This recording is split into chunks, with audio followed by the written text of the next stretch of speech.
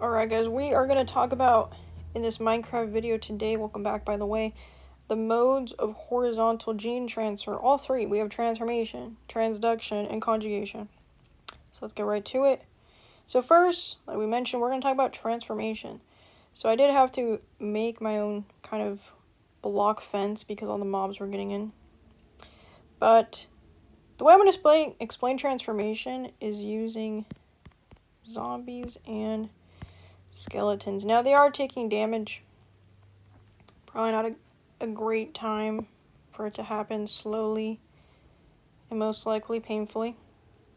But anyways, the whole point of having these mobs here is that we're going to kind of view them as bacteria. Okay? Perfectly timed. So bacteria, when they die, they're going to spill some of their DNA, right?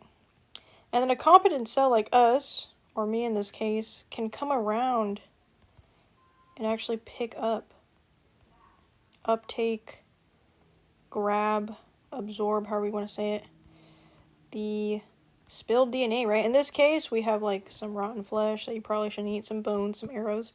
But the whole point of picking up the spilled DNA is that it has genes, right, that encode for certain advantages.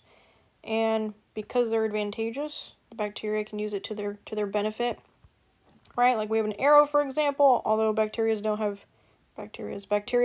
doesn't have arrows, right?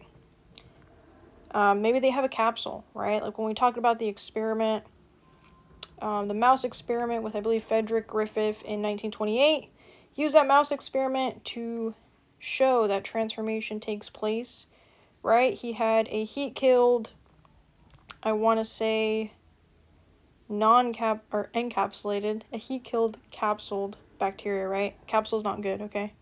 And then he had one that was live, but it wasn't dangerous because it didn't have a capsule, right?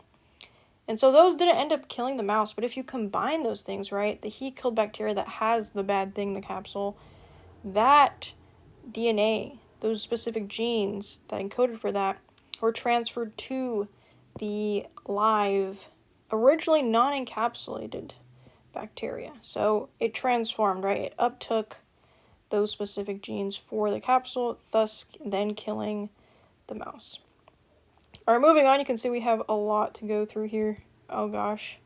Some other bacteria died here, I guess. Anyways, I may have skipped a bit.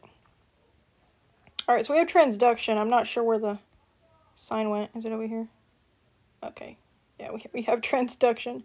Okay, so first, I want to clarify something. So, for both the lytic cycle, and the lysogenic cycle, they both have the same original starting point, right? That's what this green signifies. And so the starting point is where we have a bacterial cell, right? And a bacterial cell, like I have here, is going to have a phage, specifically a bacteriophage, that binds to it, right? So up here, this is my Minecraft version of a bacteriophage, okay? And when it's binded to the bacterial cell, it's going to insert its DNA, right? So we don't have any phage DNA in here.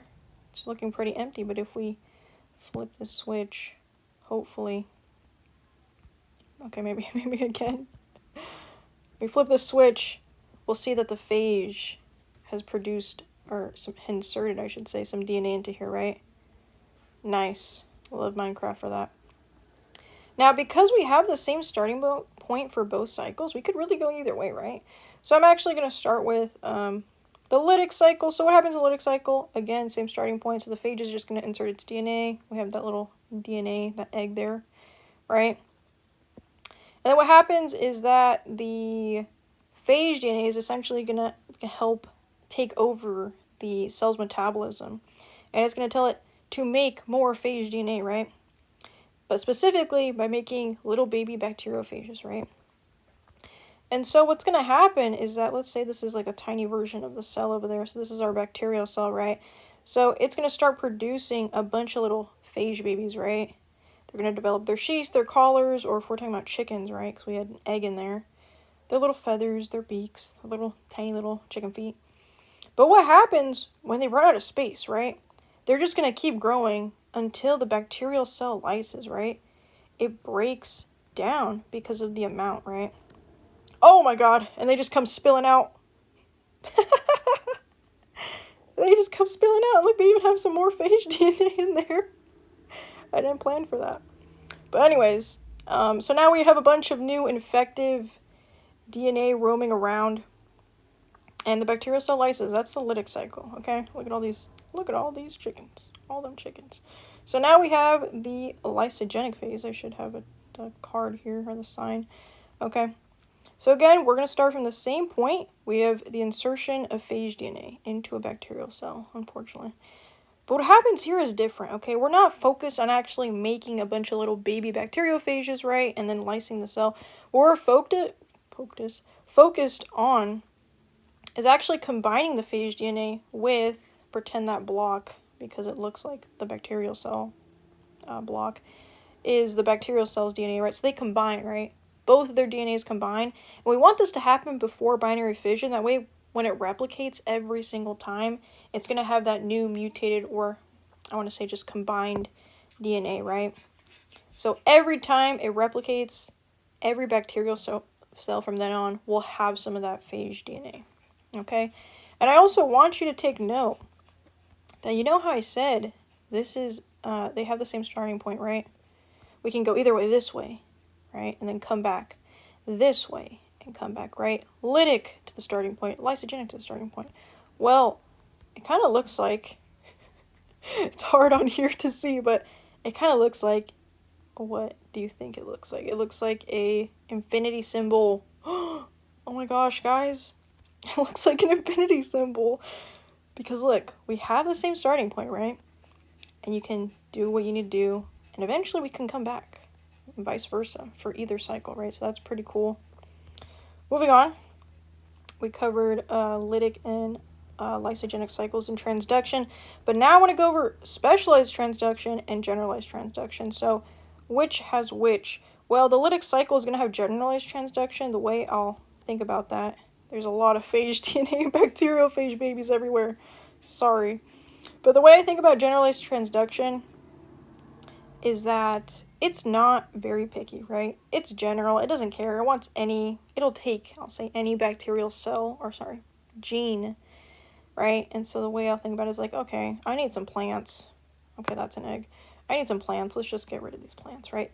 All plants. It doesn't matter what kind of plant. Let's just get rid of these, right? However, lysogenic is a little more picky, right? It's like, okay, let's get rid of some of these plants, or let's take some of these plants. But I only want the flowers, right? We see the mixture of plants here, right? We could honestly get any plant, but we're specifically getting rid of, or uptaking, the flowers, okay? So only a few or specialized bacterial genes will be uptaken compared to lytic, which is like, I don't really care. Anything's up for grabs, right? Moving on. Oh, I forgot to mention, it was discovered in, I want to say transduction is 1952 by Joshua Lederberg and Norton Zinder, while they were trying to figure out something with salmonella.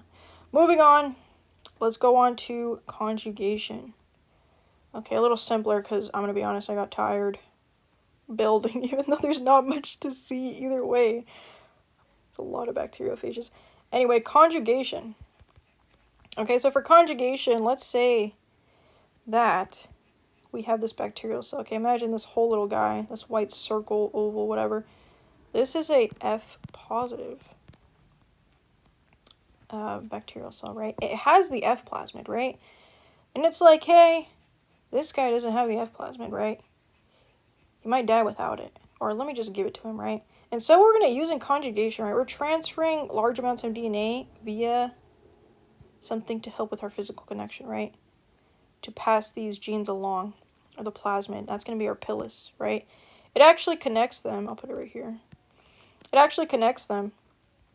And it's going to allow this F plasmid to come over here, right? I'll do a little, I guess, stop motion animation here or something.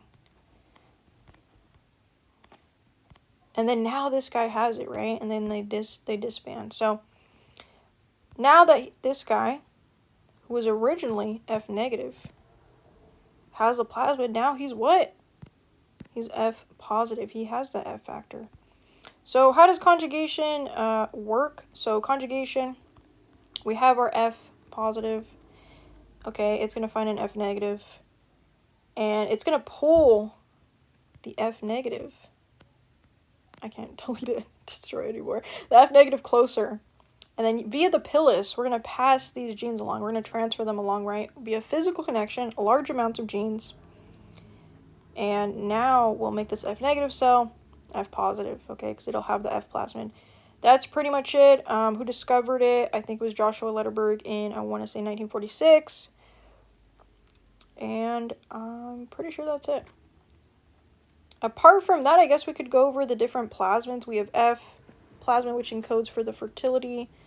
Pilus, we have R plasmid, which is resistant genes. I'm not going to get into that, but that's pretty much it. We've covered everything.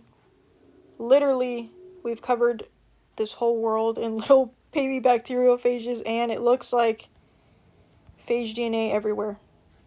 So, in the end, the lytic cycle was successful.